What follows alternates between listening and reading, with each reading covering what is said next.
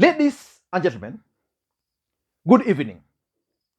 The Deputy President, Dr. William Samoei Ruto, was today cleared by IEBC to contest for the presidency in the upcoming general election. Which means today in this country, William Ruto is no longer an aspirant. He's now a presidential candidate alongside his running mate, Rigathi Gachagua.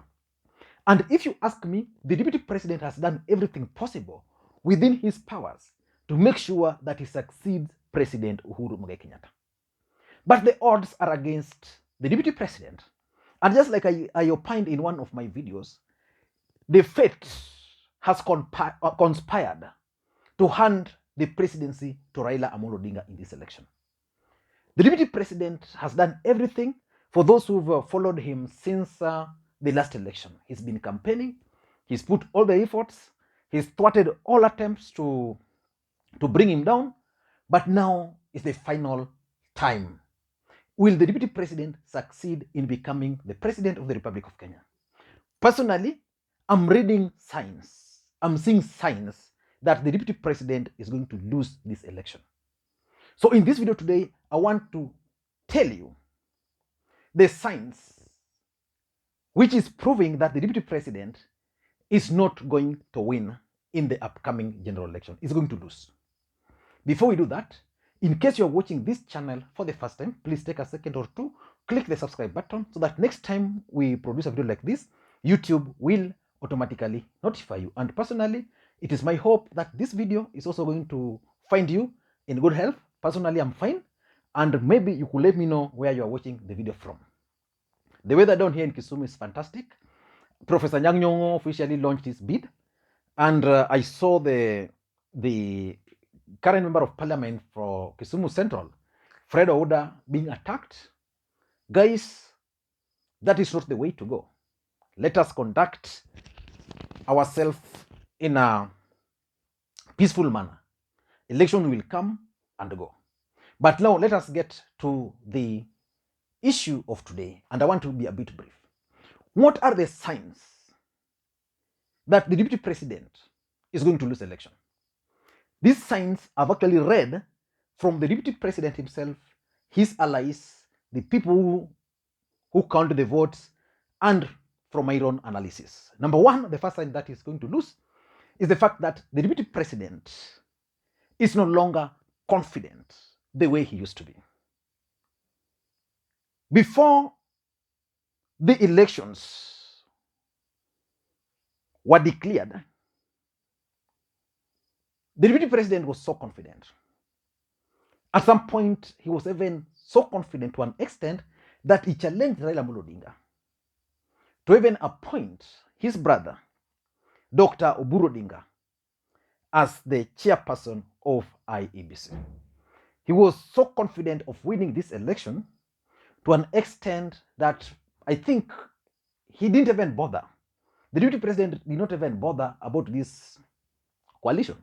The Deputy President did not have any interest in forming coalition. Remember, at some point, he even told people like Moses Kuria, people like Mwangi Kunjuri, people like William Kabogo, that their parties are small parties. Therefore, they can do whatever they want. So that confidence which he used to have is no longer there.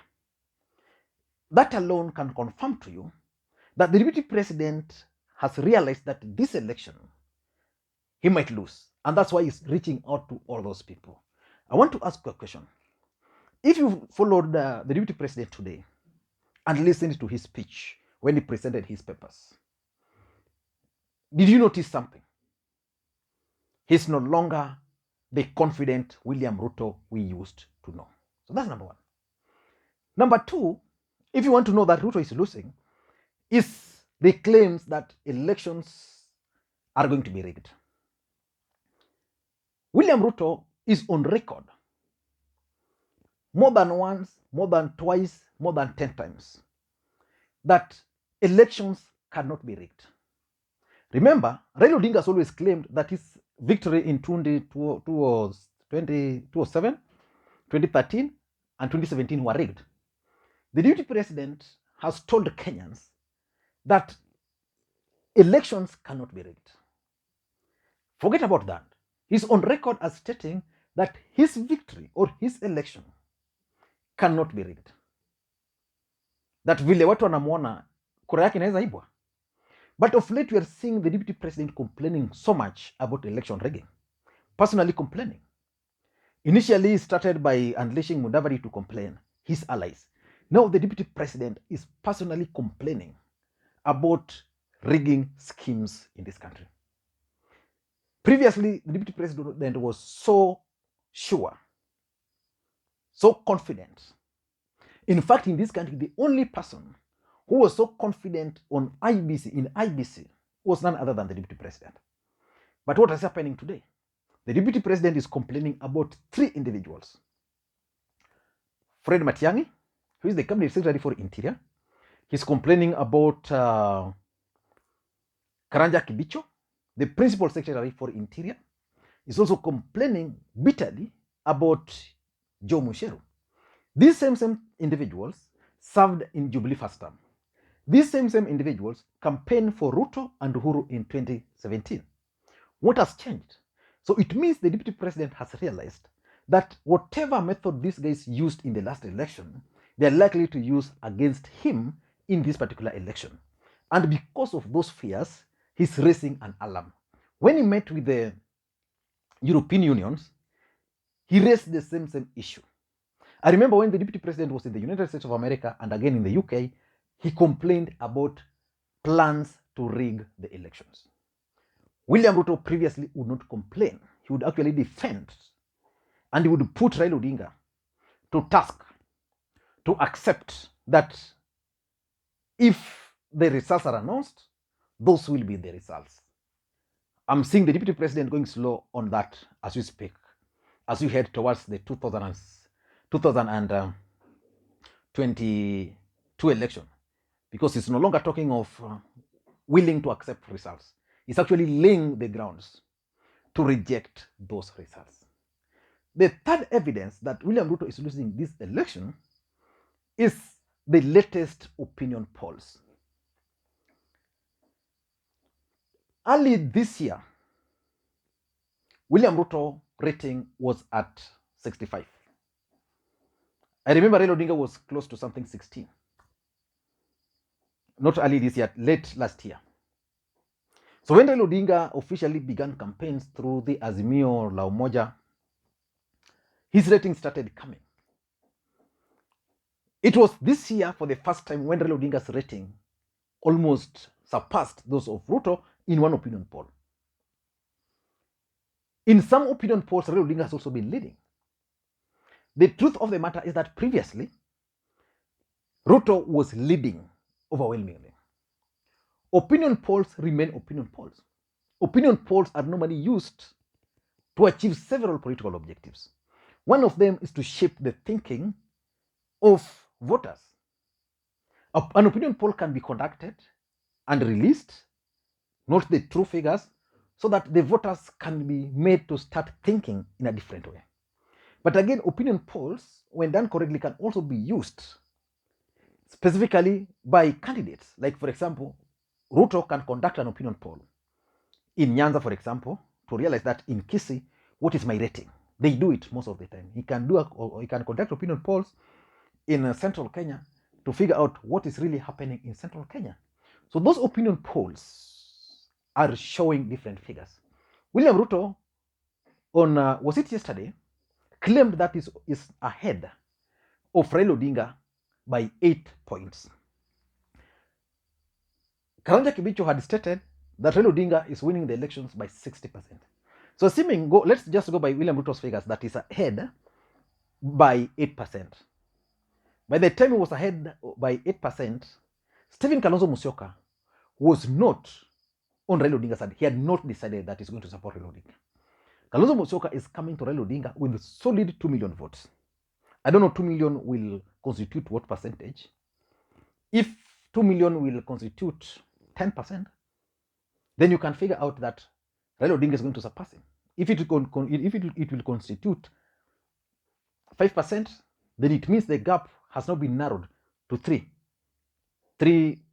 based on William Ruto's figures alone. So those opinion polls, in my view, is also an indicator that the deputy president is going to lose this election, because probably the system and the deputy state are releasing them, or probably, in fact, sometimes when you see the deputy president reacting, going to the mountain, going to coast, it's because of these opinion polls. Most of them he's conducting himself. Number 4, the fourth sign is basically the deep state signal. The truth of the matter is that this deep state, and that deep state is deeper than deep. The deep state determines a lot of things when it comes to the elections. And because the deep state is aided by intelligence, when they realize that Raila Odinga is not going to win, the deep state would start aligning themselves to Ruto. When they realize that Ruto is not going to win, then the deep state starts realigning themselves to Raila Odinga. In this country, as we speak today, the deep state has realigned themselves to Raila Odinga. That's a pointer that the person who is going to win the election is none other than Raila Odinga. When Moi Kibaki defeated Moi, those who understood politics or followed politics at that time, those who were in the system had actually started leaning towards Moi Kibaki, despite the fact that the president was with Uhuru Kenyatta, Daniel Torres Arap Moi. So the deep state is sending signals that the presidency is headed this direction. And therefore, those who are pumping their money, those who are investing in their in the campaigns, know where to put their money. And lastly, William Ruto's war with the media. Why is William Ruto fighting the media? I normally give example of ODM and Raila Odinga in the last election.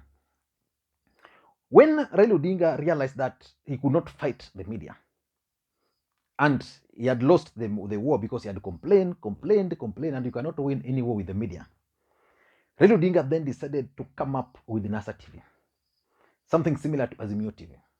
This NASA TV is what used to disseminate information about Raila Odinga's campaign, about NASA campaigns at that time. William Ruto today, after presenting his papers, went on rampage on the media, attacking the media over coverage. You know, media entities are private entities. There's nothing much. They are bound by ethics, but there's nothing much you can do. You go to the United States, you go everywhere, they are in business. So if their businesses will be served in Raila Odinga's side, they'll support Raila. If their interests will be served on William Ruto's side, they'll support William Ruto. I'm sure there are even radio stations in this country who are specifically campaigning for the DP, but is singling out 3 or 4 media houses. Basically, media houses. So the truth of the matter is that the deputy president is complaining of biased media because the media is being used to shape narrative. What changed the equation for Uhuru and Ruto in the mountain was the media. The media was used effectively to pass a message to the voters in the larger Mount Kenya. William Ruto singled out 2 radio stations and TV stations from the mountain. I think Inoro and Kameme. Do you know why he singled them out? These TV stations are being used to change the narrative in the mountain. And as we move forward, they are actually going to be the avenues for propaganda against the DP. So the deputy president is going to complain. And because of those complaints, I don't think he's going to win. You can tell from Raila Odinga. If you study Raila Odinga before and Raila Odinga today, they're totally different. Raila Odinga is no longer complaining. Someone was asking me, I was reading a post, was it on Facebook or Twitter, where someone was like, the country is hurting because Raila Odinga, Then someone asked, why is Raila Odinga an issue? It was like, if Raila Odinga had not entered into the handshake, probably Raila Odinga would have raised some of the issues and the government would not have affected them. So that used to be Raila Odinga. He has changed strategy. And you can tell from the way he's conducting his campaigns that there is a kind of calmness in his campaign, which shows that probably there is something he knows which maybe only the results will confirm to us. I don't know what you think. That's my take. Thank you guys, and please, may you have a good day. Until tomorrow. Bye-bye.